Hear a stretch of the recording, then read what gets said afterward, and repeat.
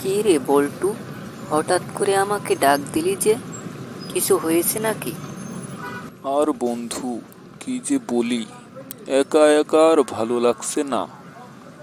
বলো তো কি করি। ভালো লাগছে না মানে?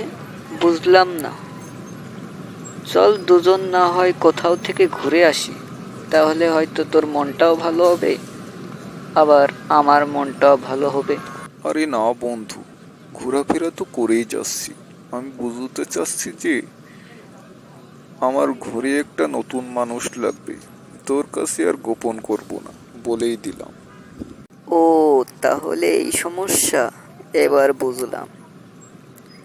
আসলে সুখে থাকতে ভূতই কিলায় না, এই জন্যই তো তোর এই উটকো ঝামেলা চিন্তা আসছে।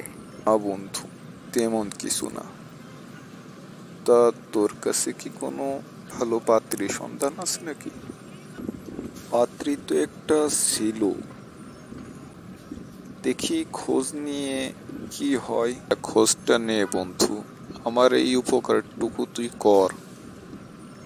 আচ্ছা আচ্ছা, সমস্যা নাই, আমি দেখতেছি বিষয়টা। পাত্রীপক্ষ যদি রাজি হয় তাহলে তোকে নিয়ে দুইজনে যাব। বন্ধু, কথা তো বললাম, এখন জানি না কি করবে। তবে আগামীকাল আমাদের দুজনকে যেতে বলেছে পাত্রীপক্ষ বাড়ি।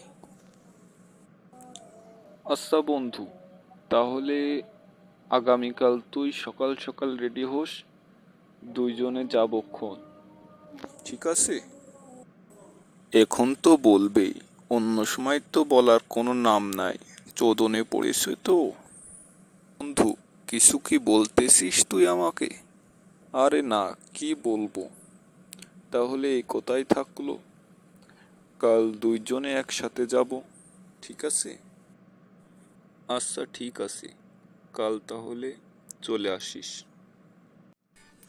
বন্ধু, অনেক সময় তো আসলাম, এখনো তো কেউ আসলো না।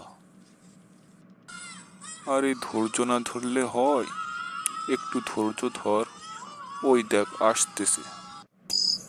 তো বন্ধুরা, বল্টু কি আসলেই তার বন্ধুকে বিয়ে দিতে পারবে? দেখতে চোখ রাখুন আমাদের মইনুল গেমিং 69 চ্যানেলটি, এবং এই চ্যানেলে নিয়মিত এখন থেকে কার্টুন ভিডিও আপলোড হবে।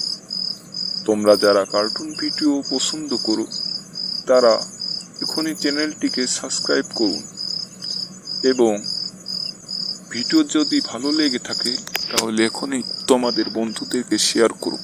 ধন্যবাদ।